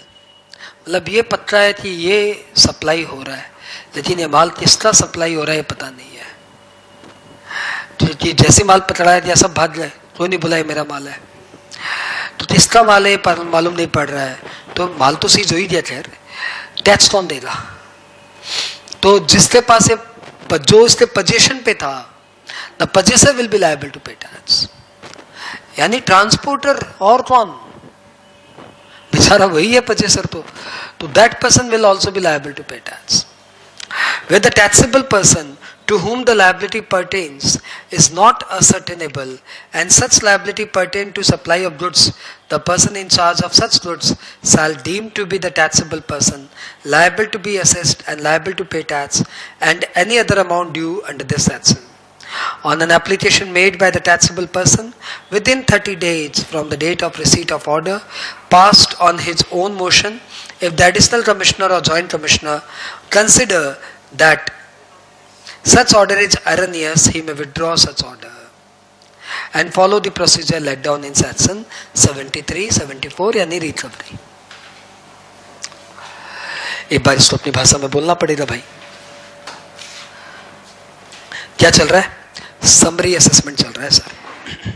देखो theory का सबसे बड़ा problem क्या है ना, जहां 5 theory सुन लिए वहां पे थोड़ा थोड़ा सर भारी हो जाता है। अच्छा पूछो सर क्यों भारी हो जाता है? इसलिए नहीं भारी होता कि थ्योरी आपने 5 सुन ली, इसलिए भारी हो जाता है कि यू हैव अ टेंशन कि मैं शायद पहला वाला भूल चुका हूँ। That tension make you feel कि नहीं यार मेरे को लगता है कि बहुत ज्यादा हो रहा है। तो बस ये करने के बाद हम लोग पहले ग्रिप में लाएंगे सब चीज, आप देखना आपका सारी इमीडिएट हल्का हो जाएगा यदि भारी हुआ है तो। वैसे मेरी वॉइस बहुत स्वीट है, भारी होने नहीं देती किसी को। हाँ बोलो, झूठा ही सही। तो हाँ नहीं बोला, देखा इन्होंने ऐसे जालिम है। हाँ एक हाँ बोलने में क्या जाता। एनी हाउ फाइनली हम लोग बात कर रहे थे क्या, सेक्शन 64 समरी असेसमेंट। बंदा है जिसका प्रोटोकॉल तोड़ के असेसमेंट किया जा रहा है। क्यों? कौन कर रहा है? Proper officer. क्यों? क्योंकि उसके पास एक एविडेंस है कि इस बंदे की टैक्स लायबिलिटी बनती है। वो अपने सीनियर यानी जेसी या एडी से परमिशन लिया और उसके बाद उसने अपना असेसमेंट कर दिया। यदि owner of the goods available है तो उसका असेसमेंट हो गया। यदि owner of the goods available नहीं है तो परचेसर को वो टैक्स लायबिलिटी देनी पड़ेगी। इन सब के बीच में यदि आपको लगे कि ये मेरा टैक्स लायबिलिटी बेवजह हो रहा है, मेरा असेसमेंट रॉन्ग है, तो आप हाई कोर्ट के पास जाएंगे, रिट पिटीशन, हाई कोर्ट के पास जाएंगे रिट पिटीशन लेके। इसकी जगह आप जॉइंट कमिश्नर, एडिशनल कमिश्नर के पास चले जाइए, वो आपको सुनवाई करेगा। आपको 30 डेज के अंदर जाना पड़ेगा, टू बी नोटेड। 30 डेज के अंदर आप जाएंगे तो आपका सुन के हो सकता है वो असेसमेंट को सेटिस्फाइड कर दे। चांसेस कम है क्योंकि उसकी तो सुनवाई में, उसकी तो परमिशन से सारा काम हो रहा है, फिर भी वो सेटिस्फाइड कर सकता है।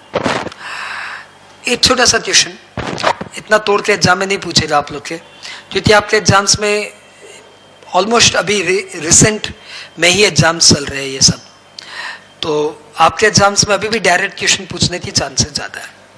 अभी तक जितने भी पेपर्स आए हैं असेसमेंट को लेके सिर्फ डायरेक्ट क्वेश्चन ही आए।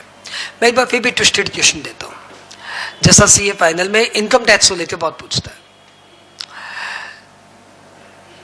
Proper officer did the assessment under section 64. Assessment completed with the tax liability of 92 lakh. He has taken the prior approval of the Joint Commissioner. But after the assessment, the Joint Commissioner is of the opinion that assessment is incorrect. There is no application received from the registered person. The registered person is silent. Can Joint Commissioner himself, at his motion, अब थोड़ी देखना loud है, Can Joint Commissioner at his motion himself set aside the assessment? हाँ या ना? ये बोल रही हाँ, हाँ हाँ हाँ ना, यस हाँ, एकदम साफ साफ लिखा हुआ इसमें। He can do at his motion, पढ़ लो आप, और his own motion दिया हुआ।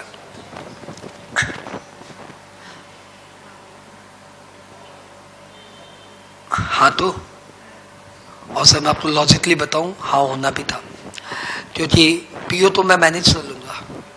कौन पीओ है? मैं मैनेज कर लूंगा। हाँ या ना? कोई भी पीओ आया, भगवान तो नहीं आया ना, पीओ ही तो आया ना, मैं मैनेज कर लूंगा। अब बताओ यदि मैंने पीओ को मैनेज कर लिया, तुम आया ना पीओ बन के, अरे तुम टैक्स ना चोरी कर रहा है, बैठो सर, बैठो ना सर, सर बैठो ना आप, हमको जेसीएडी सब परमिशन दिया है, बैठो ना सर, आप बैठो ना, ऐसा है लेते हैं। अब बताओ तुम कैसे भी मना तो लूंगा ना मैं तुम्हें, इतने दिन से यही काम कर रहे हैं हम लोग, तो आपको मना तो लूंगा ही मैं। यदि मैंने आपको मना लिया, ये इन तेन प्रकार कैसे भी मना लिया, आपने मेरे फेवर में असेसमेंट कर दिया, खत्म कहानी। कहानी खत्म नहीं होती सर, जेसी का हिस्सा बनता है, जेसी बोलेगा मैं इसको सेटिस्फाइड कर दूंगा, मेरे पास पावर है इसको सेटिस्फाइड करने का, मेरे को भी खिला। तो JC is always having the power to इसको सेटिस्फाइड करता है। इसलिए किसी भी एक अथॉरिटी के पास इतना पावर हो ही नहीं सकता कि वो आपका असेसमेंट कर दे, वो भी पीओ टाइप के लेवल पे। जेसी उसको सेटिस्फाइड कर सकता है। क्लियर? ओके। और यदि जेसी भी मना कर दे, सपोज आपका टैक्स लायबिलिटी 92 लाख पे कर दिया, आपका होना है 12-13 लाख, वो भी बोल रहा है 92, आपने जेसी को अप्लाई किया, वो भी बोल रहा है ना जा हो 92 ही हो जा, तो फिर अपील चैप्टर है ना अपने पास, सीखेंगे अपने, ऐसे कैसे कुछ नहीं देंगे हम अपील में जाएंगे। तो सर देखो ये चैप्टर आपका पूरा हो गया, बड़ा सा चैप्टर था, बड़ा नाम इस चैप्टर का असेसमेंट। अब मुझे लगता है मैं पूरा चैप्टर आपको पहली बार में नहीं तो दूसरी बार में तो 10 मिनट में याद करा दूंगा। मतलब आप अपने फ्रेंड को आज घर जाके 10 मिनट में पूरा का पूरा चैप्टर सुना दोगे, पक्का वाला। व्हाट्सएप ऑन करना, वॉइस रिकॉर्डिंग ऑन करना, उसको पूरा सुना देना, हाँ, और उसको बोलना भाई फॉरवर्ड कर दिया, मेरे पास भी आ गया है, दोनों का काम हो गया। ऐसे ही पढ़ना। चलो भाई, हम लोग आज क्या पढ़े? मैट वैट नहीं चाहिए अपने को। यदि आपको कोई डाउट लगे कि सर गलत बोल रहे हैं तो आप मैट खोल लेना। तो सेक्शन 60 से लेके 64 तक 5 सेक्शंस हमने कर लिए। दिमाग में पिक्चर बनना बहुत ज़रूरी है। मेरे दिमाग में पिक्चर बनी हुई है, मैं आपको बताऊंगा आपके दिमाग में बनी कि नहीं बनी। पहला सेक्शन है सेक्शन 60 प्रोविजनल असेसमेंट, दूसरा है 61 scrutiny assessment, 62 BJ, 63 BJ of unregistered person, 64 summary assessment. खत्म, यही 4 पढ़े, अब यही 5 हमने पढ़ा है। 65 से ऑडिट आ जाएगी। ठीक है, सेक्शन 60 में क्या दिया हुआ है? कुछ टाइम लिमिट दी हुई है जो लॉजिकली याद नहीं रहती, तो टाइम लिमिट को आपको याद रखना पड़ेगा। तो एक बार आप टाइम लिमिट बोल दो। पहला 90 दिन, नहीं 90 कुछ नहीं सर, 90 दिन, उसके बाद 6 महीना, उसके बाद 6 महीना, उसके बाद 4 साल, बस यही है। तो आप पहले यो, तो अब इसमें टेक्निकलिटी वो टाइम लिमिट थी, और एक टेक्निकलिटी है जहाँ पे कॉमन सेंस फेल कर जाएगा। ये सिर्फ 2 जगह पे ही होता है, सीवी क्लासिफिकेशन यानी रेट एंड वैल्यूएशन। तो इफ द एसएससी नहीं, if a registered person is having some doubt or non-clarity in relation to valuation or classification, he may apply to proper officer for provisional assessment. Proper officer on receipt of such application may inquire, and whatever after within 90 days he will do the provisional assessment. That is, he will ask the registered person to pay certain ad hoc amount, and for the differential amount, that is the may be final assess जो amount आता है वो, और जो भी provisional assess हुआ, that is उस difference के बीच में आपको एक bond sign करना पड़ेगा with security whatever। bond का form है ASMT 05। After furnishing such bond, after PA within 6 months आपका final assessment हो जाएगा। This time limit can further be extended by the JC or additional commissioner for further 6 months, and by the commissioner for further 4 years। कुछ miss किया क्या? Miss किया। After recording reasons for such extension। ठीक है, तो उसको ये record कर देगा। उसके बाद whenever the final assessment is done, या तो टैक्स लायबिलिटी बढ़ेगा या घटेगा। बढ़ेगा तो 18% इंटरेस्ट कब से? ड्यू डेट के अगले दिन से, next day from the due date. 20 तारीख ड्यू डेट है तो 21 तारीख से इंटरेस्ट लगना शुरू हो जाएगा। और यदि आपका टैक्स लायबिलिटी घटा तो रिफंड मिलेगा आपको। हाँ, रिफंड मिलेगा, बात खत्म करो ना, रिफंड मिलेगा। क्यों इंटरेस्ट बोल रहे हो आप? क्यों आप किताबी लोगों की तरह बोल रहे हो इंटरेस्ट मिलेगा? आप बोलो रिफंड मिलेगा, खत्म। लेकिन यदि रिफंड तुमको 60 दिन के अंदर नहीं मिला, हाँ, तो फिर 6% इंटरेस्ट देंगे, लेकिन 60 दिन के बाद से काउंटिंग होगी भैया, खत्म। एक बात और लास्ट में लिख देना कि जैसे आपका फाइनल असेसमेंट हो जाए, आप बॉन्ड रिलीज के लिए अप्लाई कर देना, क्योंकि आपका बॉन्ड वहां पे दिया हुआ है, बस खत्म। फिर हम लोग आ जाए सेक्शन 61 में। 61 में रिसेप्टिबिलिटी बढ़ाओ। आप इस बात में बिलीव करो कि हम लोग सुन के याद कर लेंगे। आपने ये बात एक्सेप्ट करना बंद कर दी है कि हमें सुनने से याद हो जाता है। ये बात शायद आप बचपन में बोलते थे, आजकल आप बोलना ही बंद कर दिए। जब से आपने फ़ोन नंबर मोबाइल पे स्टोर करना शुरू कर दिया ना, तब से हम लोग ये बात एक्सेप्ट करना भूल गए कि हमें याद रह जाता है चीज़ें। आप बोलिए ना सर, मेरे को सब याद है। तो अगला सेक्शन है 61, उसका नाम है scrutiny assessment. A registered person has filed the return, the PO shall verify the return, and during verification if he has any discrepancy, if any, he will raise the discrepancy to the registered person and will allow him a time, कि उस time limit के अंदर वो उसका जवाब दे। The time limit will be 30 days और such standard time as it may B.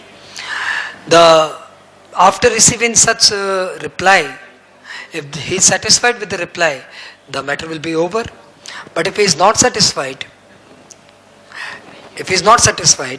or there is no reply, or if the registered person has accepted the discrepancy but not taken any action against such discrepancy, या तो उसने जवाब नहीं दिया, जवाब दिया मेरे सेटिस्फैक्शन पे नहीं है, जवाब दिया बोले हैं दादा भूल होई छे, जवाब दिया है दादा भूल होई छे, हाँ भाई साहब भूल हो रही मेरी, लेकिन उसका कोई एक्शन नहीं लिया, तो इन तीनों केसेस में the proper officer will reckon any of the following measure, या तो वो 65, 66 की ऑडिट करेगा, या फिर वो 67 में सर्च एंड सीजर मारेगा, या 73, 74 में रिकवरी प्रोसीडिंग इनिशिएट करेगा। खत्म। ये था सेक्शन 61। तो छूटा था मैडम, देख लो, आप चेक कर लो, ठीक है। 62 में आ गया। 62 stands for BJ. If a registered person failed to file the return, or registered person failed to file the return, or failed to furnish return after a notice, then the PO shall do the assessment of the registered person to the best of his judgment, after gathering such information as he deems fit and after considering available information. The assessment will be completed within 5 years from due date of annual return. After completion of the BJA, if the registered person furnishes his valid return within 30 days, then the BJA will be set aside, but interest or late fees, whatever payable, that need to be paid. Clear? ये क्या था? 62 था। 63 में आ जाए। अभी क्या है? BJA of unregistered person, या assessment of unregistered person. An unregistered person or a registered person whose registration has been cancelled under section 29. Of course, he has not filed the return, but he is liable to pay tax. Then, proper officer will issue a notice to the person showing the grounds of its taxability. उसको ground बताएगा कि भाई आपका taxability बनता है, and he will proceed to after considering the reply of the registered person, he will proceed to assess the tax liability of the person to the best of his judgment. The assessment will be completed within 5 years from due date of annual return. बस silent अपने। अब क्या आ गया? Section 64 summary assessment. Bhai, if the proper officer has evidence that a person has tax liability and deferment will be prejudicial to the interest of revenue. Prejudicial मतलब हानिकारक. Deferment will be prejudicial to interest of the revenue. Then after getting the permission of Joint Commissioner, Additional Commissioner, he will assess the tax liability of the person. कुछ miss किया क्या? नहीं. After receipt of such assessment order, within 30 days, the aggrieved person may apply to Joint Commissioner, Additional Commissioner for review, or the Joint Commissioner, Additional Commissioner can make a review to his own motion, and if he finds that the assessment has been done incorrectly, he may set aside the assessment order. खत्म. Chapter हो गया. मैंने 15 minute से ज़्यादा बोला है second time. 10 minute ही बोला हुआ था. याद हुआ? सबको याद हुआ? घर में आज सुना दो दे दूसरे को. हाँ, रिकॉर्डिंग कर लो, सुना दो. रिकॉर्डिंग तो मैं भी करा सकता हूँ. It will hardly take 10 minutes. आप अपने आप करने की आदत डाल लो तो आपके सारे सब्जेक्ट में भला होगा, और खाली मेरी रिकॉर्डिंग लो दे तो सिर्फ टैक्स में भला होगा. तो अगली क्लास तक का इंतजार कर लेते हैं. पूछ लूंगा सबने रिकॉर्डिंग कर ली? हाँ, नहीं तो मैं करा दूंगा. ठीक है, कर लेना, लेकिन अपनी रिकॉर्डिंग किया हुआ बहुत फायदा होगा, सारे पेपर में फायदा होगा.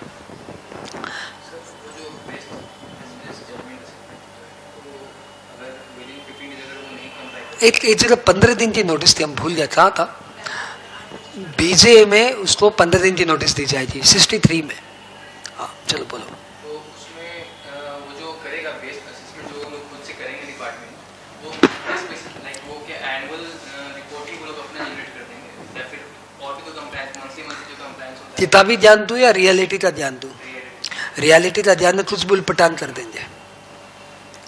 तुमको बोलेंगे तुम्हारा पासबुक लेके आना, तो हाँ, तुम्हारा क्रेडिट साइड को सेल मान के उतना टैक्स लायबिलिटी बता देंगे. चल हट.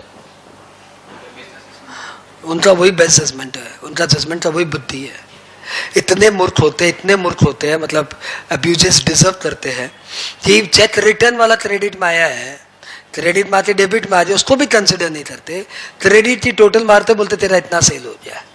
हम लोग बोलते चलो सारी क्रेडिट मेरे जो पैसा आया सब सेल का पैसा आया, और जो चेक बाउंस हुआ उसका क्या करे? मार्केट में तो 40% चेक बाउंस होते हैं. तो फिर हो असेसमेंट हो ये है रियलिटी. और थ्योरी है to the best of his judgement. After gathering information from the sources he will do the assessment. Source क्या है उनका? कुछ नहीं है. क्लियर? बहुत गंदे लोग हैं. बीजे मतलब बहुत गंदा असेसमेंट. तो बीजेपी मतलब वो जो रजिस्टर्ड पर्सन है वो एनुअल रिटर्न फाइल नहीं किया, इसके बदले में वो लोग बेस्ट असेसमेंट कर रहे हैं. आपने रिटर्न नहीं फाइल किया मतलब एनुअल रिटर्न फाइल नहीं किया. मंथली मंथली वो फाइल करते हैं. मंथली फाइल किया होता. जहां तक प्रोबेबिलिटी जो मंथली फाइल किया वो एनुअल भी फाइल करेगा, लेकिन प्रोबेबिलिटी वहीं पे जा रही थी. आपने कुछ नहीं फाइल किया. ओके, कहां पहुंचे? हमारा एक चैप्टर ही हो गया असेसमेंट. अब हम लोग आ रहे हैं नेक्स्ट चैप्टर में.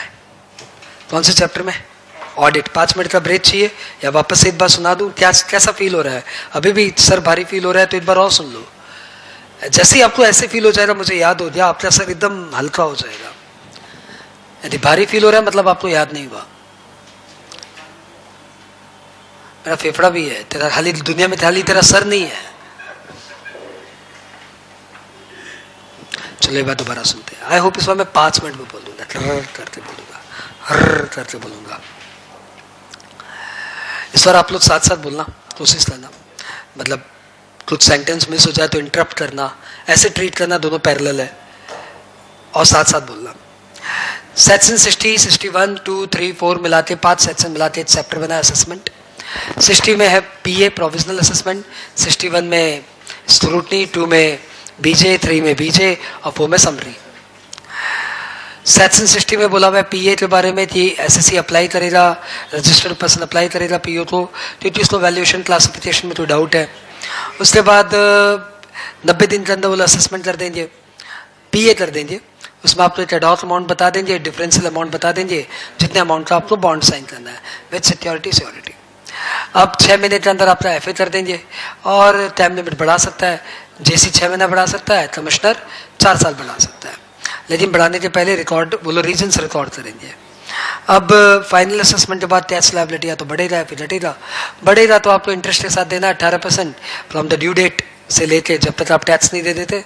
और रिफंड के केस में आपको इंटरेस्ट मिल जाएगा, लेकिन लिटरली नहीं मिलेगा, कोई इंटरेस्ट नहीं मिलेगा. लेकिन 60 दिन के अंदर भी इंटरेस्ट नहीं मिला, 60 दिन के अंदर भी रिफंड नहीं मिला, तो फिर 60 दिन के बाद से 6% इंटरेस्ट काउंटिंग शुरू हो जाएगी. यहाँ तक क्लियर? उसके बाद हमने किया सेक्शन 61, ये था स्क्रूटनी असेसमेंट कि बंदे ने जो रिटर्न भरा है उसको हम लोग एक बार वेरीफाई किए, और वेरीफाई करने के बाद हमने कुछ डिस्क्रिपेंसी रेज की और उसको इंटीमेट कर दी, चिट्ठी दे दी, नोटिस दे दी. और नोटिस का या तो उसने जवाब दिया या फिर नहीं दिया तो फंसेगा, और दिया सेटिस्फैक्ट्री नहीं दिया तो फंसेगा.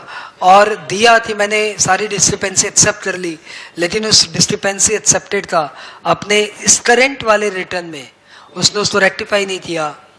अरे जैसे सपोज मैंने पिछले साल में कुछ गड़बड़ की थी, तो मैं उसको तो इस साल रेक्टिफाई कर सकता हूँ ना करंट रिटर्न में.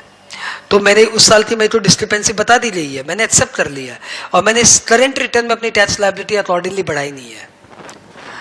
तो ठीक है, they will go for assessment, they will go for audit, search and seizure, recovery. सिर्फ बीजे में आपने रिटर्न, आप रजिस्टर्ड बंदे हो, आपने रिटर्न नहीं भरा, तो नोटिस दिया था तब भी रिटर्न नहीं भरा, तो डिपार्टमेंट फिर आपका बीजे कर देगा 5 साल के अंदर, 5 years from the due date of annual return. BJ होने के बाद आप रिटर्न भर दीजिए 30 दिन के अंदर, बीजे सेट असाइड कर देंगे. जो आपको इंटरेस्ट और लेट फीस देनी वो तो देनी है, खत्म. BJ by the unregistered person section 63, इसमें भाई साहब आप तो अनरजिस्टर्ड हो, या फिर आप पहले रजिस्टर्ड थे लेकिन आपका रजिस्ट्रेशन हमने सेक्शन 29 में कैंसिल कर दिया था, तो एनी हाउ राइट नाउ आप अनरजिस्टर्ड हो but you are taxable person.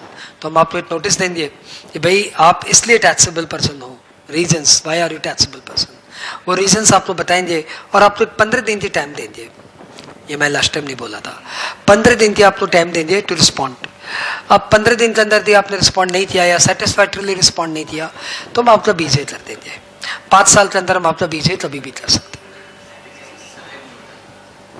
ठीक है, उसके बाद सेक्शन 64, प्रॉपर ऑफिसर के पास कुछ एविडेंसेस है रिगार्डिंग योर टैक्सेबिलिटी और उसको ऐसे लग रहा है कि डेफरमेंट करने से लॉस ऑफ रेवेन्यू हो जाएगा, तो वो एडी या जेसी से परमिशन लेके आपका असेसमेंट कंप्लीट कर देगा। यदि आपके पास ग्रीवेंस है तो आप 30 डेज के अंदर एडी या जेसी को अप्लाई कर दीजिए, या जेसी को लगे सो मोटो भी उसको लगे कि कुछ गड़बड़ हुई है तो उस असेसमेंट को सेटिसाइड कर देगा। यदि आप इस पूरे असेसमेंट चैप्टर को पढ़े और यदि आपके दिमाग में खाली रिटर्न विद्या के अलावा कुछ इमेजिनेशन भी बैठी है तो आपके दिमाग में कुछ क्वेश्चंस आएंगे। मैं आपको 3 मिनट टाइम देता हूं, आप अपने दिमाग दौड़ा लो शांति से, क्या क्वेश्चंस बनता है, नहीं तो फिर मैं क्वेश्चन पूछूंगा।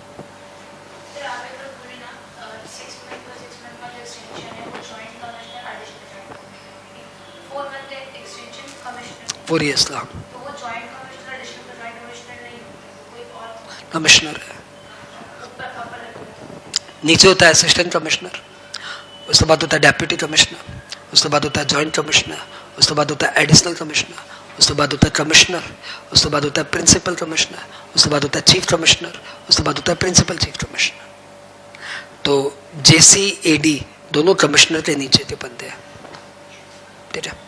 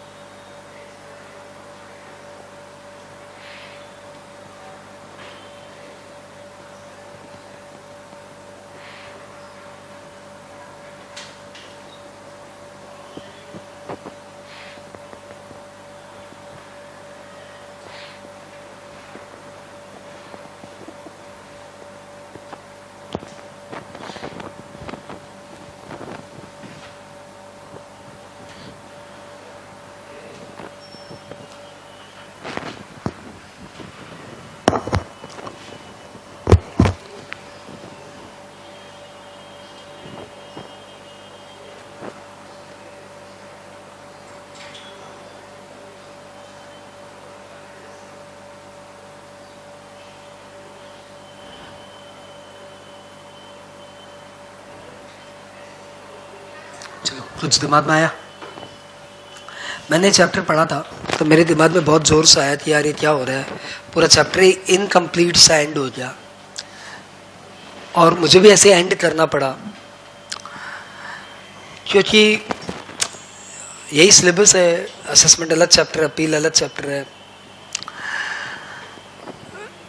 मैं एक नॉर्मल सा रजिस्टर्ड बंदा हूँ और मैं अपना रिटर्न टाइमली भर ही देता हूँ, एनुअल रिटर्न भर ही देता हूँ। दुनिया के 99% एसएससीज ऐसे ही है। वो 99% एसएससीज पूछ रहे हैं असेसमेंट कैसे होगा। अरे 99% एसएससीज क्या होता है, रिटर्न भर देते, एनुअल रिटर्न भर देते, कौन 15 लेगा डिपार्टमेंट से, सभी तो भर रहे हैं। अरे बीजे तो 1% लोगों का होता होगा जो डिफॉल्ट कर जाते हैं रिटर्न भरने में। हम लोग सब तो टाइमली रिटर्न भर ही देंगे मर डूब के। ये 99% एसएससी जो अपना रिटर्न सब भरे हुए हैं, ये आपसे पूछ रहे मेरा असेसमेंट कैसे होगा, मतलब थोड़ा समझा मेरे को। तो मैं उसको क्या सेक्शन बताऊं कि कैसे असेसमेंट होगा, कौन सा सेक्शन बताऊं? 60 नहीं, 60 किस बात का, मेरा तो डाउट ही नहीं है। क्लासिफिकेशन वैल्यूएशन 62 बीजे, 63 बीजे, 64 तो चोरी बोली वालों था जिनका एविडेंस मिल गया। 62 स्क्रूटनी, आपने उसको बोला स्क्रूटनी पढ़ लो उसमें होगा। बोला हाँ मैंने पढ़ा था स्क्रूटनी में, उसमें ऐसे बोला हुआ है कि रिटर्न में कोई डाउट आया तो वो लोग चिट्ठी देगा, 30 दिन के अंदर जवाब देना रहेगा। तो मेरे पास तो कोई डाउट ही नहीं आया, उनका कोई चिट्ठी नहीं आई, तो मेरा असेसमेंट कैसे होगा?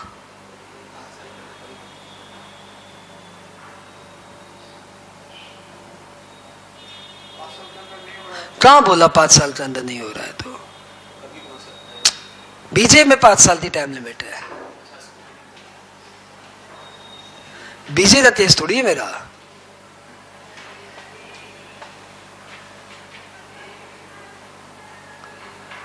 %99% पॉपुलेशन आपसे एक ही बात पूछ रहा है, मेरा असेसमेंट कैसे होगा? मैंने रिटर्न भर दिया है, एनुअल रिटर्न भर दिया है। 62 मैंने पढ़ा था, जो आपने बोला स्क्रूटनी, मैंने पढ़ लिया उसको। उसमें बोला कोई चिट्ठी आएगी, तो मेरे पास तो कोई डिस्क्रिपेंसी की चिट्ठी नहीं आई। आती तो मैं जवाब दे देता, आती मैं जवाब दे देता, एवरीथिंग इज फाइनलाइज्ड, सेटल्ड। तो जवाब ही नहीं आया, कोई चिट्ठी नहीं आई, तो मैं जवाब क्या दूं? अब मेरा असेसमेंट कब होगा?